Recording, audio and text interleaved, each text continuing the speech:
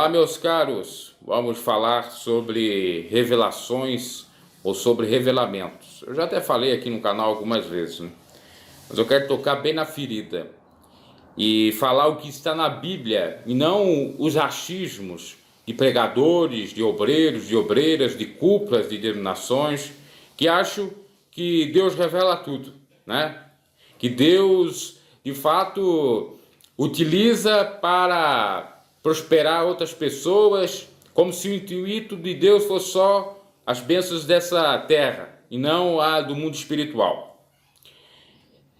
Revelações, à luz do Evangelho, nós vemos que tem um propósito. Nós vemos, por exemplo, no caso de Daniel, o rei não sabia o seu sonho, não sabia qual era o significado do seu sonho. Deus levantou Daniel, tirou do calabouço e deu o sonho e deu o enigma do sonho. Para quê? Para testificar para o rei que o Deus de Israel era Deus, para ele se converter e para também exaltar Daniel. Um outro exemplo, já encontramos no Novo Testamento, de revelação, é José, o pai de Jesus, entre aspas, teve a divina revelação para levar a criança, o menino Jesus, para o Egito, porque tinha o perigo iminente dele ser morto, pelo fato de que o rei Herodes teria pedido a morte de crianças até de 2 anos de idade, né? O infanticídio. Veja como era bárbaro o rei, né? Para que não nascesse o Salvador. Isso sim é revelação de Deus, porque tem um propósito de falar de Deus para alguém, testificar, de fazer algum milagre, de livrar a pessoa. São revelações de Deus. Se você for analisar a Bíblia de cabo a rabo, existe sim revelações de Deus. Inclusive você vai encontrar lá nos dons, em 1 Coríntios, o dom da revelação. E eu não discordo disso.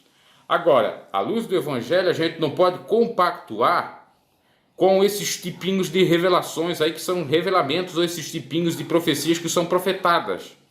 Que o camarada revela a igreja toda, que dá mais de 200, 300 revelações, que fala que Deus vai dar uma prosperidade aqui, acolá, que vai enriquecer a pessoa e etc. Isso não é do Evangelho, porque o propósito de Deus não é nos enriquecer para esta vida, mas sim nos enriquecer para a vida vindoura. Porque o próprio Jesus disse para nós não ajuntar tesouros da terra, mas sim nos céus. E aí o que ocorre? Alguns exemplos que correram comigo e alguns membros da família. Inclusive, por conta disso, muitas picuinhas e brigas até mesmo em famílias acontecem. Não necessariamente seja no caso da minha. Mas veja só, uma certa vez eu estava iniciando como obreiro, isso lá para o ano de 2008. O camarada revelou para mim, olha, Deus está me revelando aqui que o irmão ali vai ganhar um carro. E eu já estou até dizendo, veja como Deus é bom, está dizendo até os detalhes, eu vou dizer até os detalhes, um Celta vermelho. Eu estou até hoje esperando o Celta vermelho, tá? Não veio. Aí vai alegar, mas você não trabalhou para ganhar. Não, eu trabalhei. Você não soube guardar o dinheiro para comprar. Não, eu soube. E até hoje, e aí também já é o meu próprio querer, comprar carro, eu não tenho, eu não comprei, eu não ganhei. A revelação não era que eu ia comprar, é que eu ia ganhar. É diferente. Que eu ia ganhar, eu não ia comprar. Até hoje eu não tenho carro. Outro exemplo, aconteceu com a minha tia. Ela teve a revelação para fazer uma campanha e tinha que lançar a verba, né? E o início já da verba da campanha já era R$100. Ela deve ter dado aí mais de 100 para ganhar uma mansão, né? Não, para ganhar uma bênção, uma casa muito boa, bonita, ampla, maravilhosa. E ela foi, ô glória, tal. Morreu e não ganhou nada. Morreu e viveu a vida de aluguel. E ainda ficou a filha da mesma maneira e até criando problemas com a família porque não tinha nada. E ficando até revoltada com as revelações picaretas desse falso profeta que a mãe acreditou por conta da ignorância. Mas certa vez um pregador revelou que uma pessoa teria sido liberta e estaria recebendo um livramento, porque a mãe chegou desesperada na igreja porque a filha estava desaparecida e queria uma confirmação se ela estava viva ou morta. E ele disse que ela teria ganhado o livramento e dava a entender que estava viva. Foi descobrir mais tarde a filha estava morta. Revelações? É de Deus revelação mentirosa? O profeta diz, dizem no meu nome, mas não é. de mim, né? Ezequiel fala. Esses camaradas que fazem isso vão prestar conta diante de Deus. Agora, aquele que faz na ignorância, que às vezes foi ensinado assim, a revelar, porque você pensa que não é ensinado a revelar, é ensinado. Eu passei por esse processo. E por isso que eu fui até contra esse processo. Porque depois eu comecei a examinar as Sagradas Escrituras, que não era bem assim essa questão de revelação. Inclusive, se você pregasse na minha instituição, que eu pertencia outrora, sem ter o dom da revelação, você era chamado de carnal, você não prestava, nem era convidado para pregar. Então tinha que revelar. Inclusive eles, de uma maneira até impositiva, forçosa, diziam, olha, tu já tens o dom, vai revelar, senão Deus vai cobrar de ti. Quer dizer, eles forçavam a gente a fazer as coisas, que não era de Deus. Eu sempre ficava nessa luta, já contei até em outros vídeos. Porque a questão não era se eu tinha ou não tinha um dom, a questão era de eu revelar do jeito que eles queriam. Prosperidade, eles não entendiam que a revelação poderia ser a palavra também, né? Aí tem um dado que muitos não sabem, parece que foi o profeta Jeremias, ou um dos profetas do passado, que revelou 55 vezes, ou profetizou, mas em 50 anos. Se no tempo passado Deus falava até bastante, mas durante muito tempo, por que agora Deus fala 1000 vezes, né? Se você for contabilizar as revelações, quase 1000 vezes por semana. Isso é tudo carnal, meus caros. Porque a coisa de Deus é o seguinte: a pessoa está com está enferma, a pessoa está com uma necessidade, está com algum problema de ordem físico ou no âmbito material, chama ao púlpito, ora ela e diz o seguinte: você vai testificar da bênção. Pronto, é sincero, não vem com ladainha, com mentira, para enganar o povo. Me recordo que certa feita uma pessoa fez isto, ela não quis revelar, foi até xingada pela igreja, murmuraram um monte, disseram o seguinte, ela não está muito apta, está em pecado, por isso está revelando. Ora bolas, ela já estava com luta em si, inclusive essa pessoa era minha tia, ela estava em luta em si, que ela estava vendo que não era bem assim. Que com os sinceros, Deus mostra as coisas. Deus perdoa o tempo da ignorância. Agora, quando a pessoa começa a saber das coisas, se ela está fazendo o erro, é porque aí, realmente, ela não quer saber de Deus. E está em pecado. Então, preste muita atenção nisso. Não creia em toda profecia. A Bíblia mesmo diz para não criar em todo o espírito, né? E em revelação. A melhor revelação é a palavra de Deus. Se você quer alguma revelação de Deus, peça a Ele, que Ele pode dar em visão, em sonho, pode falar com você, pode utilizar algum servo, mas é naquilo que é essencial, por um aviso, por um livramento, uma coisa nesse sentido. Agora, não com bênçãos materiais, como eu via na minha instituição. Chegava, por exemplo, sexta-feira, culto de libertação, culto de prosperidade, o sujeito lá chegava no púlpito 8 horas, não orava, nem lia a palavra, já saía revelando e pedindo oferta. Revelando, pedindo oferta. O que isso configura? A mesma coisa que é feito na cartomante, na vidente, para ver o meu futuro. A mesma coisa. Aí paga lá para ver a mesma coisa. Aí no final ele ia ler um versículo bíblico e encerrar o culto lá por volta das 9h30. É isso aí, o culto. A Deus, um culto racional, equilibrado? Não é. Quantas murmurações, quantos pecados, quantas pessoas que perderam a fé por conta desses escândalos, recebendo revelação que não é de Deus ou que é da carne, apenas só para tirar o money, porque aqueles que dão o money, né, costumeiramente dão, é que tem mais revelação. Deus está me revelando aqui no livramento, Deus está me revelando isso, E aí já cria até uma química ali, uma mística, que a pessoa já vai esperando para ser revelada. Eu me lembro que tinha uma pessoa que até era amiga minha, vamos dizer assim, ela dizia assim, ela já dizia até meio que ironicamente e até real: olha, eu estou indo para a igreja porque tem revelação, hoje tem revelação, porque tinha dia que não tinha revelação na igreja, hoje tem revelação, se tem eu vou.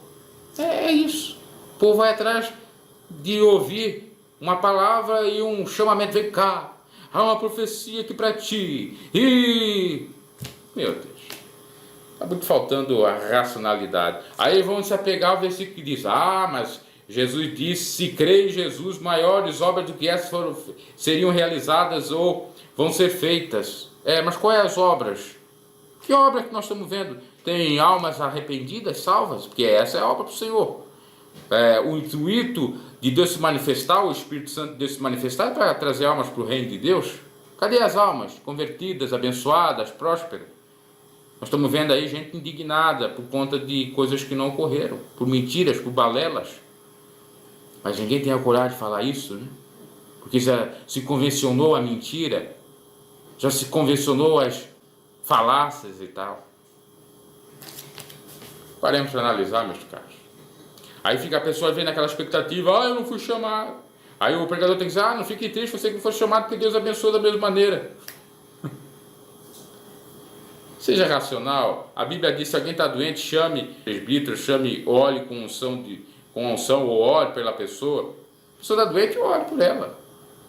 Chama para orar. Se ela está com problema de ordem financeiro, vamos fazer uma campanha de oração. Porque isso é bíblico, oração, jejum, leitura da palavra.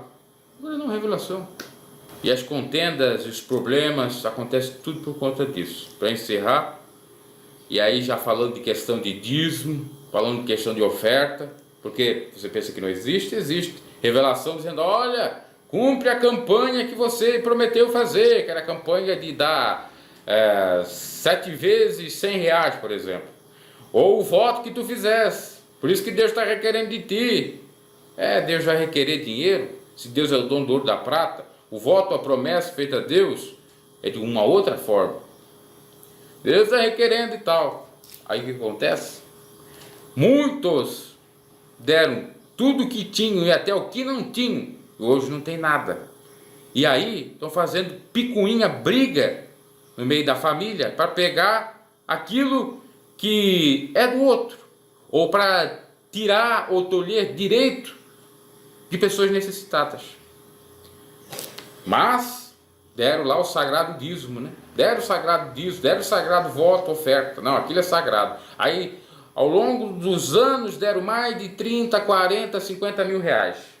30, 40, 50 mil reais dá muito bem se fosse economizado na poupança para dar herança para filhos, para ajudar os filhos no início da carreira, vamos dizer, profissional, para ter o seu empreendimento. Dá para ajudar a se manter, a quando ficar velho, então se precisar de alguma intervenção cirúrgica ou médica, ter dinheiro para pagar as despesas funerais e por aí em diante.